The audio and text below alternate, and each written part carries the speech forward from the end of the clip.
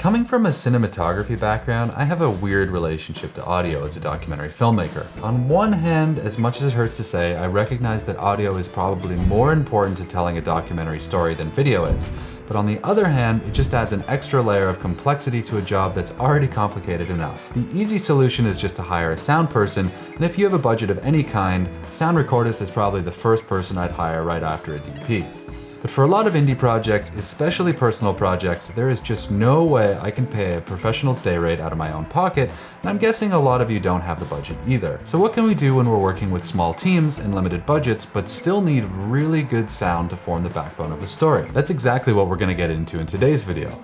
I'm gonna cover the setups I'd use for covering a shoot with only one character, shoots with multiple characters, how to keep multiple cameras in sync at the same time, and at the end, I'll talk about the new system I used while shooting a feature documentary this summer that saved my life when normal wireless mics wouldn't work. Audio can be tricky, but it's not rocket science, and if you do it well, it can be your most powerful storytelling tool. Let's get into it. Hey guys, welcome back. And if you're new here, my name is Luke Forsyth, and on this channel, I teach the skills and tricks I've learned over 10 years of working as a documentary filmmaker and photographer. If you're into that kind of thing, make sure to hit the subscribe button because I've got new videos coming out every week. Talking about sound isn't always as fun as talking about new cameras or lenses or drones or whatever, but I can't stress enough how important sound is to your documentary. With good sound, you can cover up edit points and all sorts of flaws in the camera work, but with bad sound, you're really gonna suffer in post. So right off the bat, I wanna say that when you're just getting started in documentary filmmaking, there are a few pieces of audio gear that you'd want to bring into your kit right away. Like I'm talking about right after you get the camera and lens, before you get a drone, before you get a gimbal, before you get any of the fun fancy toys, almost as though they were part of the kit to begin with. The first one of those is the best shotgun mic you can afford. A shotgun mic basically just means that the sound is being recorded directionally and not omnidirectionally. Basically that it records a kind of cone of sound in the direction it's pointing instead of everything in 360 degrees. That means assuming you mount it to your camera pointing forward, you should get decent sound of whatever the camera is looking at. The better the shotgun, the more likely you are to pick things up at a distance, and the better it's going to be at blocking out sound coming from behind or off to the side of your frame. It might seem obvious, but without good sound of whatever is in front of the lens, it's going to be pretty hard to tell a story, no matter how nice your framing is. If you don't have a sound person, the shotgun mic, which is sometimes also called a top mic, is going to be recording almost 100% of the ambient audio for your story. So while you can get a cheap shotgun for under $100 that might be tempting, I think this is one place where you're probably going to want to spend money straight away. I'm not saying get a $2,000 Shups mic for your first camera, but if you're working with a limited budget, consider spending less on other accessories and more on your mic. Rather than buy all Sony G Master lenses, maybe get Sigma Art lenses instead and sink the savings into a better mic. Or maybe even skip that gimbal that you've had in your Amazon cart for ages. A good shotgun is going to last you across multiple camera systems, and the technology doesn't go out of date every few years like cameras do. So get the best one possible early and you'll keep it for a very long time. For a budget mic, my first mic was a Rode VideoMic Pro, which is still a pretty decent mic for mirrorless cameras and maybe a good place to start. Though I've heard really good things about the Sennheiser MKE400, and it's even a bit cheaper, I think. For a lower mid-range mic, maybe look at this one, which is the Sennheiser MKE600. And for a higher end mid-range mic, maybe the Rode NTG3. Getting towards the high end is something like the Sennheiser 416, which is used all over the professional industry and what I'm recording on today, and it's just under $1,000. The cream of the crop of dock mics, in my opinion, is the Schoeps CM-IT series, but I think it's over $2,500. Gives you insane sound quality in this tiny little compact package though. For most people though, including me right now, the Schoeps isn't very realistic, so don't worry if it sounds like an insane price for a mic. You don't have to buy the most expensive mic in the world right away, but you do need to get the best one you possibly can. The point is that the top mic shouldn't be seen as some sort of optional accessory. You need to budget for a decent one in the overall cost of your new camera. Shooting a dock with the built-in mics is not a great idea in my opinion, so keep that in mind. I'll link to all the different mics I've just mentioned in the description below in order of the cost. Once the top mic is taken care of, you'll probably want to get a wireless lav mic next to make sure you can get audio on the main characters in your movie even if they're not facing you or if they're in another room. If you haven't used a set of lavs before, they're basically a system where you plug a microphone into a transmitter that you put on the character, and then there's a receiver that plugs into the back of your camera so that you can hear the character's voice as though they were standing right beside you, even if they're inside a car with the door shut or really far away from you. A good set of lavs like these Sennheiser G3s that I've been using since 2014, I think, are gonna last you ages and never go out of date. If you wanna spice them up even more, replace the microphone that comes with it with something like the Sanken COS11D, which is gonna dramatically boost your sound quality. With a good shotgun and lav combination, you're gonna be able to cover a single character story with good sound, and I included both of these things in the video I made about the only 5 things a documentary filmmaker really needs to get started.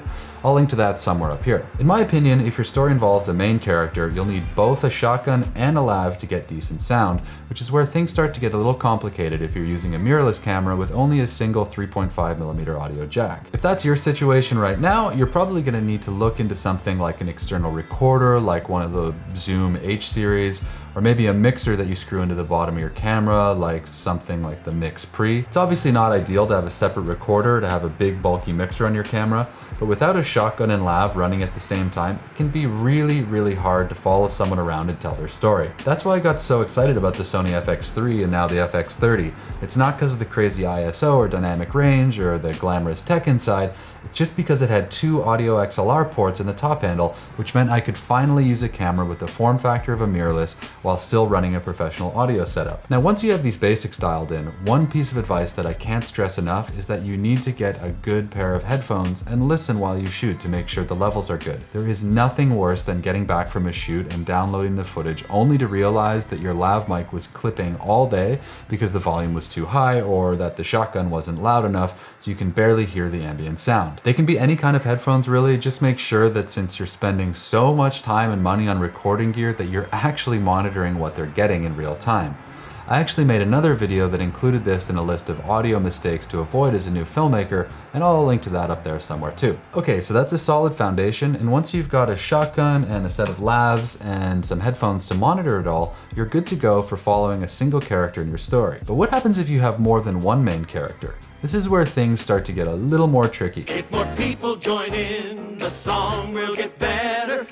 Some companies like Sony make wireless sets that have 2 channels built in and run through the hot shoe on your camera, and people I know who use them seem to like them a lot. I'll link to them in the description as well, but it's probably the simplest solution to getting 2 people mic'd up at the same time through just one camera without any additional accessories. If you can afford it, it might be a good idea just to go with something like this right off the bat instead of going with 1-channel Sennheisers, but the drawback is that it's pretty expensive up front. I think it's over $1,200 for the whole package, and you need to run it through the camera's hot shoe, which means you can't replace the camera's top handle with something more rugged. You can swing it though. A set of lavs like the Sony's will be super useful in situations where you've got 2 people interacting with each other or having a conversation, and you want to have good sound from both, regardless of who your camera is pointed at. When it starts to get really complicated is when you either need to keep track of more than 2 characters, or if it's impractical to use wireless systems, like maybe if your characters are really far away from you or if there's wireless interference around. I've run into both of these situations in different ways, so it's not as uncommon as you might think.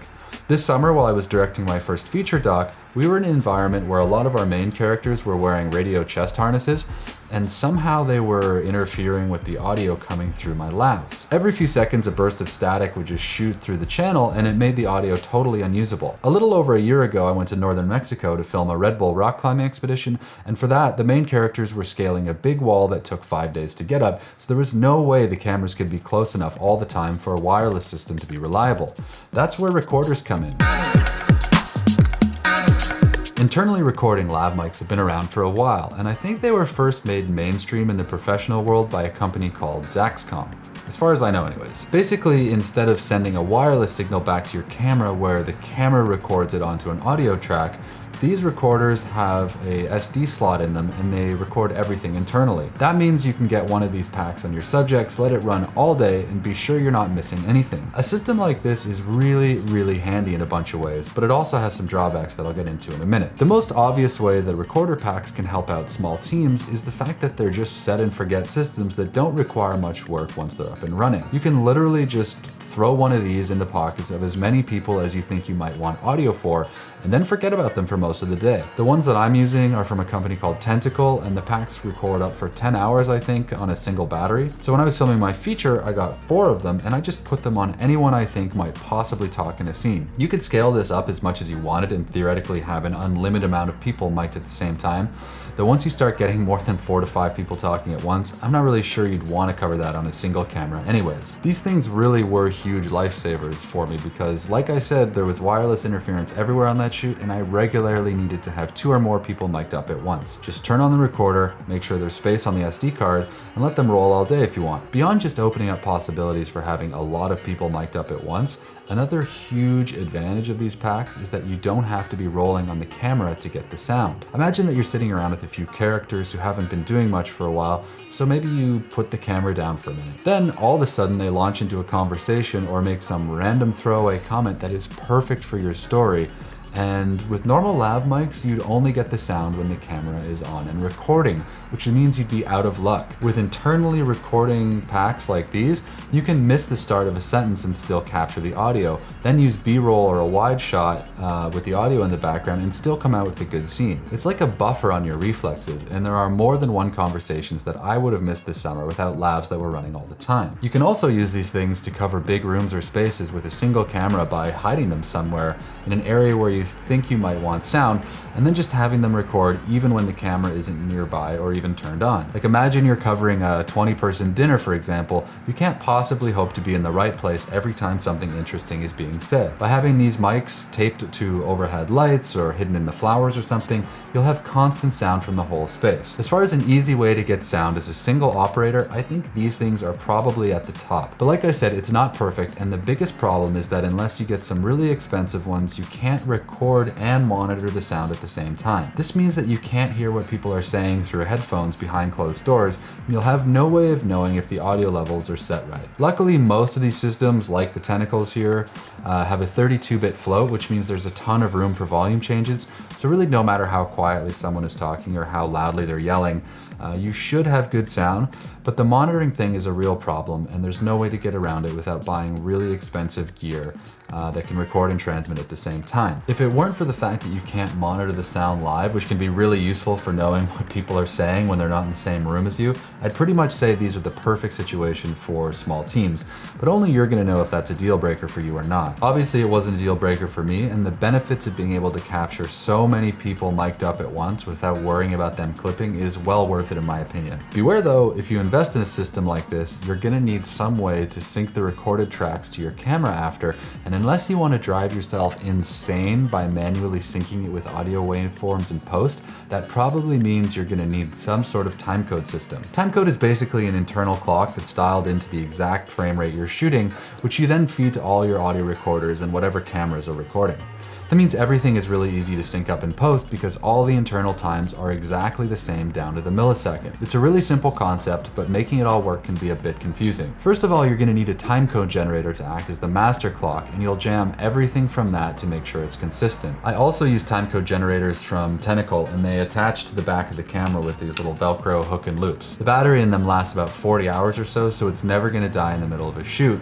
And as I turn on each of the recorder packs, I basically just jam them to the same clock so that they're all synced. Professional cameras like the FX9 and even the FX6 and now the FX3 with the new dongle Sony released can all accept timecode by plugging a generator straight into the camera.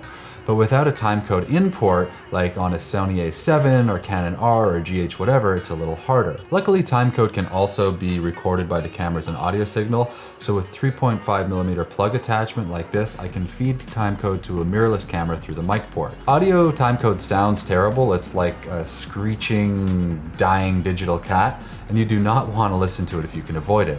But it will keep your camera and your recorders running on the same time. Just make sure to mute that track when you play back the footage, or you're going to lose your mind. Once all the devices are running off the same timecode, you just need to use the software of your choice to sync them all up, and you should have all your different audio tracks and video lined up and ready to edit. The Tentacles come with free software that works really well and integrates with all the editing programs out there, so it's not bad even if you're doing the editing yourself. Final warning though, if you record a ton of external sources without timecode, your post-production self is gonna hate you. I hate you! Okay, so there it is. Sound gear for small teams that will cover you in a bunch of different situations. A good shotgun with a single lav set will be enough for all single character shooting, and that's probably all you need for your first few years of your career. Then you could think about upgrading to a 2-channel system like Sony makes, or if you think you might need even more voices than that, or if your characters are going to be in places where wireless transmission doesn't make sense, start adding recorders like the Timecode Track E's. I'll link to everything I mentioned here in the description, but if I didn't mention something that you really like yourself, let me know down in the comments. Not many filmmakers really enjoy dealing with audio, but trust me, you need it as much, if not more than your video if you want to tell a good story. The best case scenario is still to hire a professional sound recordist, but for those other times when the crew is small, these systems are going to get you most of the way there on your own. That's it for today. I hope it gave you some ideas on how to level up your sound game without hiring extra crew. If it did help, think about giving the channel a like or subscribing to the channel, because it really does help. And if you did like that one, maybe check out this other video I made on the 5 audio mistakes you should avoid as a new filmmaker. See ya.